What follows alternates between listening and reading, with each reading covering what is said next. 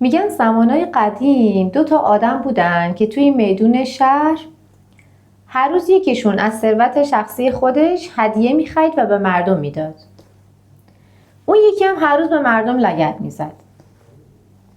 یه مدت خیلی زیادی گذشت تا اونی که هر روز به مردم هدیه میداد دیگه تمام ثروتش و پولش تمام شد و دیگه به مردم هدیه نداد.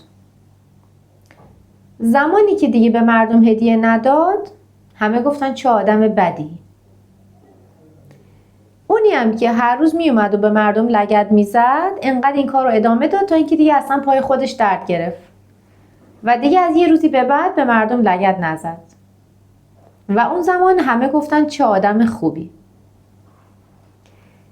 و این دقیقاً معنای همین جمله استش که با زیادی خوب بودن و در دسترس بودن ارزش خودتون رو در بین مردم از دست میدید.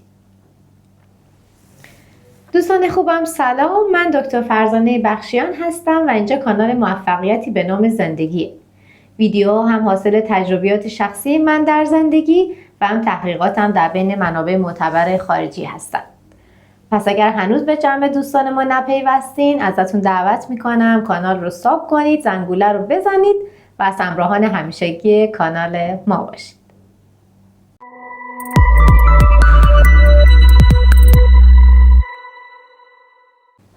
تا حالا دقت کردین که آدمایی که خیلی مهربونن، خیلی وفادارن، به همه بیشتر از همه محبت میکنن و کمترین مشکل رو معمولا در رابطه ها به وجود میارن، توی زندگی بیشتر از همه ضربه میخورن از اطرافیانشون؟ و این جریان دقیقاً به خاطر یه پدیده‌ای هست که در روانشناسی اسمش اثر عادت.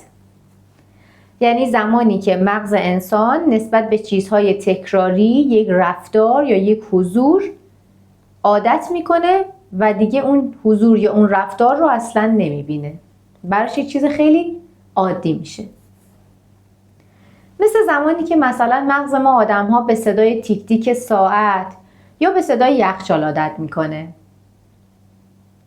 یا چیزی که چند وقت قبل توی ویدیو براتون راجع بهش صحبت کردم که دکتر هیوبرمن میگفتش که اگر که شما یه سری نوتیفیکیشن آماده کنید و برای یادآوری به عنوان ریمایندر برای خودتون روی در و دیوار بزنید، اینا هیچ کمکی به یادآوری برای اون جریان به شما نمیکنن. چون بعد از یه مدتی به خاطر همین اثر عادت مغز ما دیگه حساسیتش رو نسبت به اون چیز تکراری از دست میده. و وقتی که مغز حساسیت خودش رو از دست بده انگار که چشم‌ها اصلا اون رو نمیبینن. شما یه نوتیفیکیشن میزنید رو در یخچال یا رو در کابینت که داروهاتون رو بهتون یادآوری کنه، اما اثرش کوتاه مدته. دیگه بعد از 1 هفته حتی با اینکه اون نوتیفیکیشن رو میبینید یادتون نمیاد که به داروهاتون رو بخورید. و این دقیقاً به خاطر همین پدیده هستش به اسم اثر عادت. و امروز میخوایم دقیقاً راجع به همین صحبت کنیم که آدم خوب همیشه در دسترس هم بعد از یک مدتی دیگه حضورش کم کم ناپیدا میشه برای بقیه. میخوام راجع به یک تغییر نگرش خیلی مهم صحبت کنیم که یه تحول خیلی بزرگی در روابط ما با بقیه به وجود میاره. و شما آخر این جریان خواهید فهمید که چرا همیشه در دسترس بودن یا بیش از حد خوب بودن باعث میشه که کم کم شما اصلا نادیده یا بی ارزش گرفته بشید. اولین واقعیت مهم اینه که تا زمانی که شما خودتون ارزش خودتون رو ندونید هیچ کسی هم واقعا ارزش شما رو نمیدونه. آدم‌ها با شما همون طوری رفتار میکنن که اول از همه خودتون با خودتون رفتار میکنید. یعنی اگر شما بیاید از روی فروتنی خودتون رو همیشه در دسترس، بی اهمیت و دم دستی جلوه بدید، دارید مستقیم به بقیه میگید که بقیه هم اجازه دارن با شما دقیقاً همونطوری رفتار کنن. و آدم‌ها قدر چیزهایی رو که همیشه در دسترسشون باشه و یک منبع ارزان باشه براشون نمیدونن، برای اون احترامی قائل نیستن. و با همیشه در دسترس بودن شما یک منبع ارزان برای بقیه محسوب میشید. یک منبع ارزان که دیگران تلاشی برای به دست آوردنش یا برای حفظ اون نمی کنن، چون همیشه هستید. یک مثال خیلی سادهش قانون پایه اقتصاده، یعنی عرضه و تقاضا. هر چقدر که یک جنس در بازار فراوان‌تر باشه، اون جنس ارزان‌تره. هر چقدر چیزی کمیاب‌تر باشه، قیمتش میره بالا. در روابط انسانی هم دقیقاً همین ماجرا برقراره. هر چقدر شما یک آدم همیشه در دسترس باشید، آدم همیشه سینه چاک که حاضر همیشه حضور داشته باشه به خاطر بقیه، دیگه حضورتون بعد از یک مدتی اصلا دیده نمیشه. کم کم از درون نابود میشید، در نظر گرفته نمیشید و خودتون یا نمیفهمید یا خیلی دیر متوجه میشید که چقدر از نظر بقیه شدی دم دستی. و باور کنید که خود من هم شاید تا همین 1-2 سال پیش، قبل از 40 سالگی، معنای واقعی این چیزها رو درک نمی کردم. یعنی میدونستم که واقعا همچین چیزی هست. من بارها این حرف حضرت علی رو شنیده بودم که اگر خوبی از حد بگذره، نادان خیال بد بکنه. اما نمیتونستم اون رو اجرا کنم. یعنی با خودم هر بار که ضربه میخوردم میگفتم دفعه بعد دیگه این کار رو نمی کنم. دفعه بعد دیگه همیشه این من نیستم که در دسترسم. اما باز دوباره تا یه قضیه پیش می اومد، من سینه چاکتر از همه میدویدم و هی ضربه خوردم تا زمانی که دیگه واقعا بعد از 40 سالگی انقدر بزرگ شدم که یاد گرفتم واقعا وقتی که میگن که همیشه نباید در دسترس بود یعنی چی و چقدر واقعا خوبه این سن 40 سالگی. من خیلی دوست دارم. بگذاریم بریم سراغ اصل ماجرا. دلیل دومی که میگن نباید همیشه انسان در دسترس باشه پدیده‌ای هست به اسم فرافکنی که مفهوم اون رو از نظر آقای یونگ در 1-2 تا ویدیوی قبلی کامل توضیح دادم که به نظرم بد نیست اون 2 تا ویدیوی قبلی رو هم ببینید که راجع به فرافکنی صحبت کردم. اما اگر بخوام خلاصه اینجا براتون بگم، مفهومش اینه که فرافکنی یعنی شما از طرف یک نفر مورد حمله و هجوم عاطفی یا لفظی قرار میگیرید که اصلاً حقیقت نداشته در مورد شما. یعنی چی؟ یعنی اینکه یک نفر در 2 تا حالت میاد شما رو تحت فرافکنی قرار میده. یا یک سری خصوصیات اخلاقی منفی در خودش وجود داره، مثل حسادت، مثل کینه، مثل خشم، مثل بی‌عرضگی و یه سری خصوصیات منفی در خود اون فرد وجود داره که میاد مغزش به صورت ناخودآگاه برای اینکه از شر اونا خلاص بشه و اونها رو از خودش دور کنه، به جای اینکه در خودش ببینه در خود اون فرد، میاد و به طرف مقابل اونها رو نسبت میده. و بیشترم به چه کسانی نسبت میده؟ کسانی که همیشه در دسترس هستن. معمولا اعضای خانواده یا نزدیکان یا عزیزانی که همیشه هستن، حضور دارن. یعنی میاد به خاطر رها شدن از اون شر، اون افکار منفی و پاک کردن اون خصوصیات‌های اخلاقی زشت، به جایی که اونها رو در خودش جستجو کنه، برای پاک کردنشون میاد و به شما نسبت. حالت دومی که تحت فرافکنی قرار میگیری زمانی هستش که یک نفر یک سری خواسته های سرکوب شده داشته در خودش. یعنی یک سری آرزوهایی داشته، یک سری خواسته هایی داشته که به هر دلیلی سرکوب شده یا به اونها دست پیدا نکرده. و بعد زمانی که شما رو میبینه که انگار شدید تجلی آرزوهای برآورده شده اون شخص در زندگی و رسیدید به همه چیزهایی که اون آدمه میخواسته که نرسیده، اون وقت میاد و شروع میکنه به تحقیر کردن، سرکوب کردن و فرستادن عقده‌های درونی خودش به شما. یعنی شما بدون اینکه دلیل خاصی ببینید میاید و از طرف یک نفر مورد تحقیر و سرزنش قرار میگیرید. تا حالا براتون پیش نیومده یه نفری که شما اصلا نسبت بهش هیچ بدی نکردید یا کار بدی انجام ندادید بیاد و بی‌دلیل شروع کنه به سرکوب کردن شما، تحقیر کردن شما جلوی بقیه، اصلا از هر راهی استفاده میکنه. میگید من نمیدونم چرا، ولی هر موقع این آدم رو میبینم میخواد انگار منو بکوبه یا یه سری چیزهایی رو به من نسبت میده که اصلا متعلق به من نیست. و این میشه همون فرافکنی که آقای یونگ راجبش هشدار میده و میگه با زیادی در دسترس بودن مورد فرافکنی اطرافیانتون قرار میگیرید. و زمانی که شما مورد فرافکنی قرار بگیرید در واقع با یه جور دستکاری پنهان روانی روبرو هستید. چیزی که بخش خطرناکش اینه که شما ممکن حتی بعد از یه مدتی احساس کنید که واقعا چیزهایی که طرف مقابل در مورد شما داره میگه حقیقت داره. یعنی اگر شما رو تحقیر میکنه، سرکوب میکنه یا یک سری خصوصیات اخلاقی زشت رو به شما نسبت میده، شما بعد یه مدتی احساس میکنید که نکنه طرف داره راست میگه دیگه.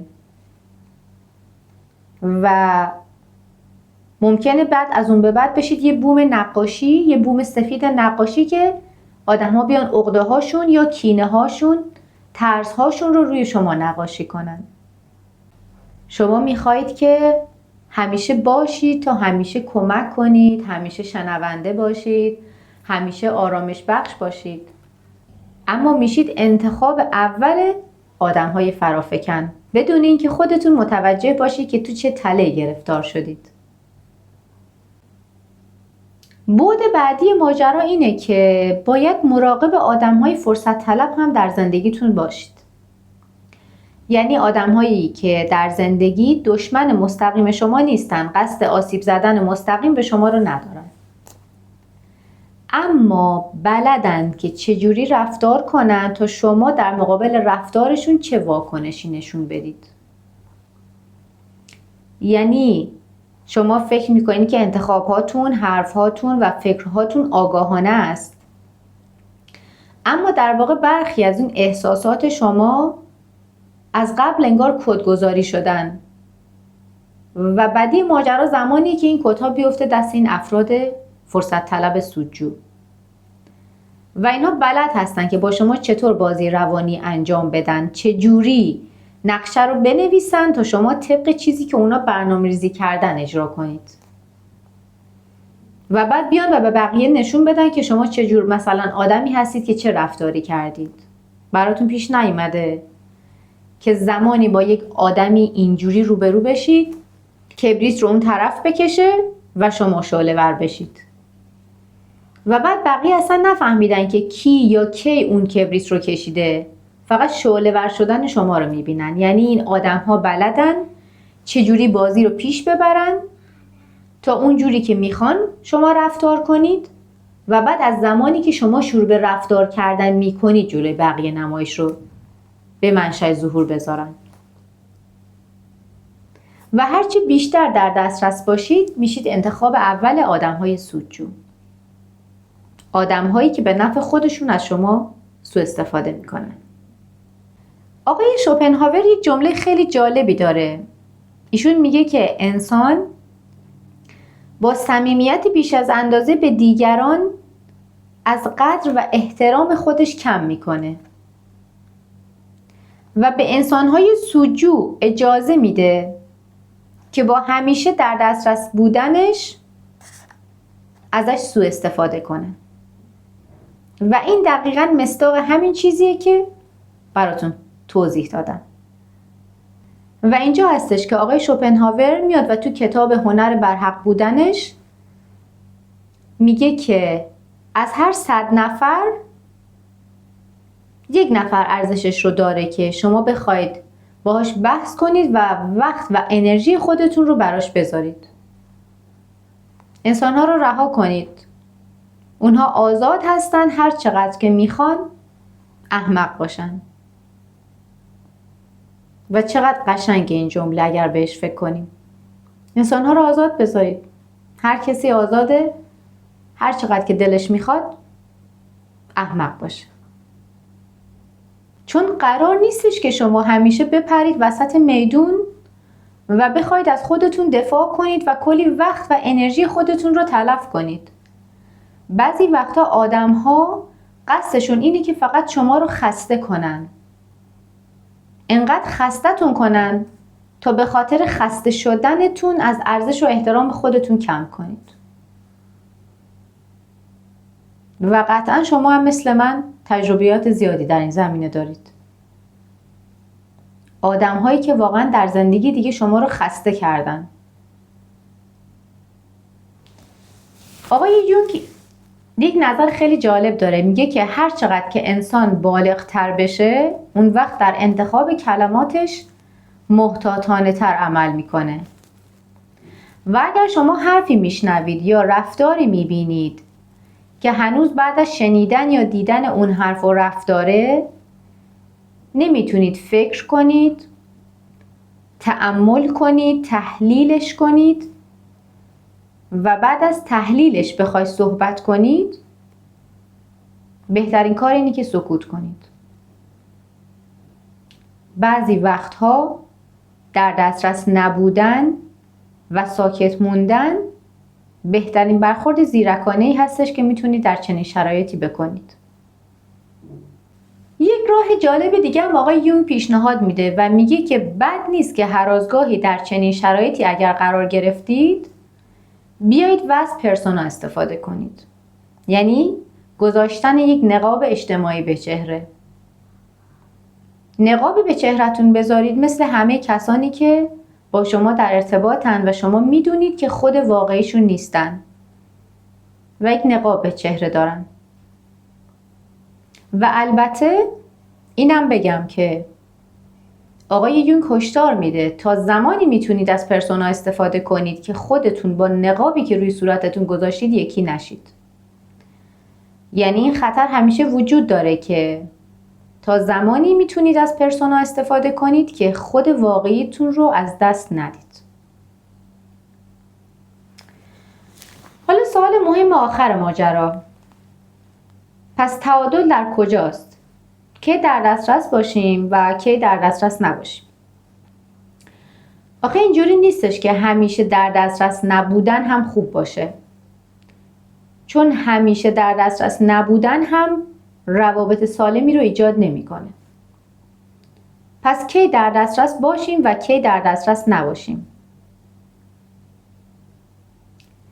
آقای کارل یونگ معتقد هستش که بحث سر کیفیت در دسترس بودنه، نه سر کمیت.